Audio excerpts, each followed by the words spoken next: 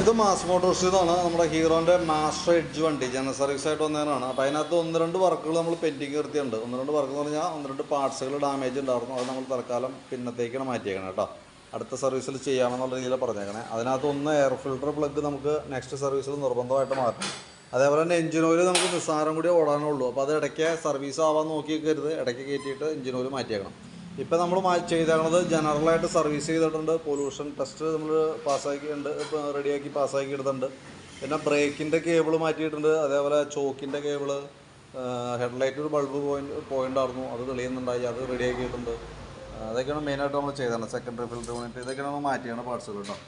അപ്പോൾ ഈ 2-3 കേസുകൾ നമ്മൾ പെൻഡിങ്ങിലാണ്. കാരണം ഫസ്റ്റ് വീഡിയോയിൽ നമ്മൾ എയർ ഫിൽറ്റർ മാറ്റുന്ന കേസ് രീതിയിലും പറഞ്ഞായിരുന്നേ. അപ്പോൾ കസ്റ്റമർ മാറ്റണ്ടെന്ന് പറഞ്ഞപ്പോൾ നമ്മളത് ഒഴിവാക്കിയേക്കാണ് കേട്ടോ. അപ്പോൾ അത് അടുത്ത സർവീസിൽ ചെയ്യാനായിട്ട് നിർബന്ധമായിട്ട് ശ്രദ്ധിക്കണം. അതേപോലെ തന്നെ എഞ്ചിൻ ഓയിൽ ഈ പറഞ്ഞ രീതികളെ ഏകദേശം നമുക്ക് 3000 കിലോമീറ്റർ 10-200 കിലോമീറ്റർ കൂടി കഷ്ടി ഓടാനുള്ളൂ. അപ്പോൾ അതും ഈ പറഞ്ഞ പോലെ സർവീസ് ആവാൻ നോക്കിക്കരുത്, ഇടയ്ക്ക് കയറ്റി ചെയ്തോണം. കാരണം എഞ്ചിൻ ഓയിൽ ലെവലൊക്കെ കുറഞ്ഞ് ഓടിക്കഴിഞ്ഞാൽ അത് അതിൻ്റേതായിട്ടുള്ള പ്രോബ്ലം വണ്ടിക്ക് ഉണ്ടാവും. അത് പ്രത്യേകം ശ്രദ്ധിച്ചോണം കേട്ടോ. ബാക്കിയത്തെ വർക്ക് കംപ്ലീറ്റ് ആയിട്ടുണ്ട്. വണ്ടി ബില്ലായി കഴിഞ്ഞാൽ കോൺടാക്ട് ചെയ്യാം കേട്ടോ.